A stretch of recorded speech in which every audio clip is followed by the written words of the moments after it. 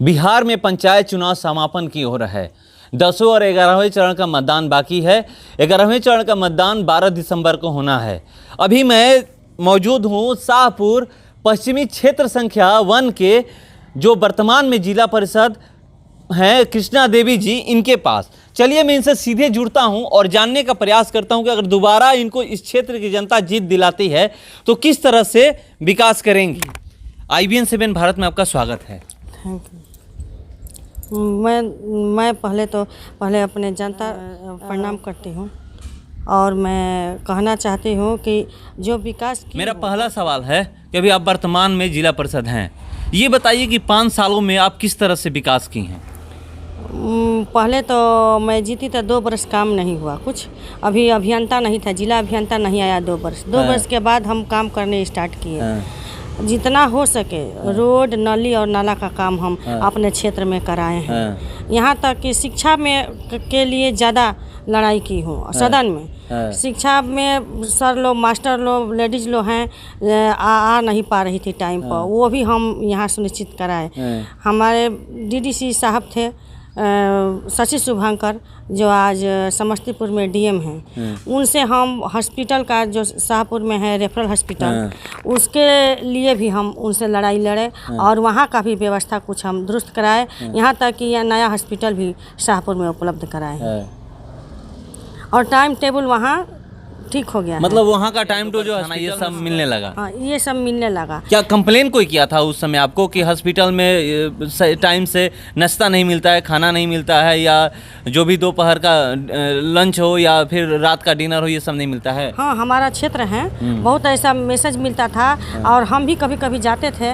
वहाँ, देखते थे रेफरल हॉस्पिटल में एकदम लचर स्थिति था और कोई व्यवस्था ही नहीं था, ना बेड था, ना गाड़ी का व्यवस्था था 2 ठो गाड़ी दिखाने के लिए। लेकिन वहाँ हम जब सदन में इसके लिए मुद्दा उठाए तो CS साहब यहाँ आकर तुरंत यहाँ पर कार्रवाई किए, जांच किए और यहाँ पर व्यवस्था दुरुस्त कराए। और शिक्षा के लिए भी हम लोग यहाँ नोटिस आया, ये लोग सब टीचर जो हैं सब लोग तत्पर हो गए, टाइम पर अपना आने लगे। जो 11 बजे आते थे वो 9 बजे 10 बजे अपना टाइम पर आने लगे। हमको ज़्यादा महिलाओं के लिए। तो चलिए, महिला हैं आप और महिलाओं की बात कर लिया जाए। महिला हमारे क्षेत्र की घर से बाहर नहीं निकल पाती हैं। बहुत जगह कहा जाता है कि आप चूल्हा चौका संभाल सकती हैं। आप बाहर निकली, आपने लड़ाई लड़ा ये बाहर निकल करके। महिलाओं के लिए इस बार अगर आप जीतिएगा तो क्या करिएगा? महिलाओं के लिए तो मैं पहले कहना चाहती हूँ कि महिला बाहर यहाँ नहीं निकल पाती हैं ज़्यादातर। हम चाहते हैं कि अपना काम कराने के लिए, अपने काम से और अपने पढ़ाई के लिए और शिक्षा के लिए सबसे पहले महिला और लड़की आगे बढ़े और बढ़ चढ़ कर अपना भाग ले और पढ़ाई करें। क्योंकि हम ससुराल में आकर, मैके में हम मैट्रिक पास किए हुए थे, ससुराल में आकर ही हम IAS और BA ऑनर्स किए हैं। इसलिए एक उदाहरण है इस महिलाओं के लिए कि कोई काम बड़ा नहीं होता है। छोटे से भी आदमी चाहेगा तो आगे बढ़ सकता है। इसलिए हम सबसे अपना घर में काम करते हुए अपने बाल बच्चा को संभालते हुए हम अपना पढ़ाई को कामयाब रखें और BA ऑनर्स करके आज हम आप लोग के सामने जिला पार्षद भी हैं। देखिए, मैं एक चीज़ आपको बता दूं कि लोग लिखते हैं कि शिक्षित उम्मीदवार, तो सही में शिक्षित उम्मीदवार हैं, ग्रेजुएट हैं। ये आपका ऑनर्स पेपर क्या था?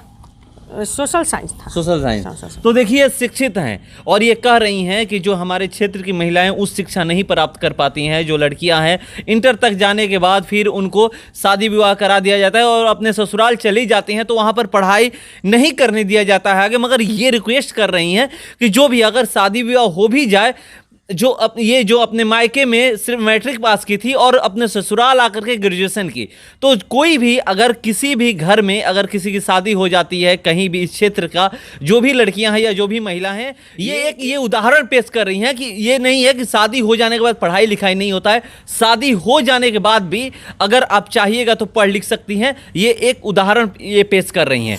चलिए, तो मेरा एक और आखिरी सवाल है आपसे। आप ये बताइए कि ये महिलाएं के लिए है, अभी आप वोट मांगने जा रही होंगी, क्या महिलाएं आपसे अपनी समस्या, कौन कौन सी समस्या सुनाती हैं जिसको आप जीतने के बाद सबसे पहले वो करिएगा? मैं अपने क्षेत्र में थोड़ा ज़्यादा है और कोरोना काल के चलते और काम धाना रुक गया था, इसलिए। लेकिन उस समय हम बहुत डट कर काम किए हैं। एमओ से, बीडीओ से, बीओ से कहकर, हम एसडीओ से कहकर बहुत राशन कार्ड बनवाए हैं। हम 9,000 राशन कार्ड कम से कम उपलब्ध करा दिए हैं अपने क्षेत्र में, और लेबर कार्ड हम 15,000 तक बनवाए हैं। अभी भी कहीं कहीं मैं जाता हूं तो मुझे पता चलता है कि राशन कार्ड नहीं बन पाया है। तो क्या ये जीतने के बाद आप क्या करिएगा? सबसे पहली प्राथमिकता आपकी क्या होगी? सबसे पहली प्राथमिकता ये होगी कि जो बना है राशन कार्ड जिसका छूटा हुआ है, पहले हमको वो बनवाना है, और जिसका लेबर कार्ड छूटा है उसको भी बनवाएंगे। और जो हाथ में आएगा वो हम जरूर सब महिला के लिए, या महिला हो, लड़की हो, जेंट्स हो, उसके लिए हम करें। छात्रवृत्ति के लिए हम किसी भी लड़की को अगर छात्रवृत्ति नहीं मिल रहा है तो हम तुरंत दिलवा रहे हैं, क्योंकि हम यहाँ का हाई स्कूल आज कितना बरस से चल रहा है, कहाँ का लड़का और लड़की आते हैं और यहाँ एडमिशन का, लेकिन उसका कोड नहीं मिला था, वो सरकारी नहीं मान्यता था। लेकिन हम शशि शुभंकर जी से, डीडीसी से अपने लड़कर और इसको हम कोड दिलवाए हैं। स्मार्ट क्लास बना है। अब हमारा जो हाई स्कूल है अब एक सरकारी स्कूल बन गया है। और जो जिस बच्ची का नहीं मिलता है छात्रवृत्ति, जिस लड़का का नहीं मिलता है छात्रवृत्ति, हमारे पास आते हैं, तुरंत हम फ़ोन कर हम उसको उसका छात्रवृत्ति हम दिलवाते हैं। और जिसको नहीं मिला है अब उसको भी हम दिलवाएंगे। कहते हैं सर से नहीं, पहले छात्रवृत्ति बच्चों को दीजिए। और मतलब बच्चों की जो भी शिक्षा के क्षेत्र में है, वो आप डटकर आप उनका हक दिलवाती हैं और आगे भी दिलवाइएगा। हम चाहते हैं कि हमारा क्षेत्र शिक्षित होगा, शिक्षित होगा, जागरूक होगा, तभी तो हमारे पास आएगा। कोई कंप्लेन लेकर आएगा, कोई कहेगा, अब हम जानेंगे तभी तो करेंगे।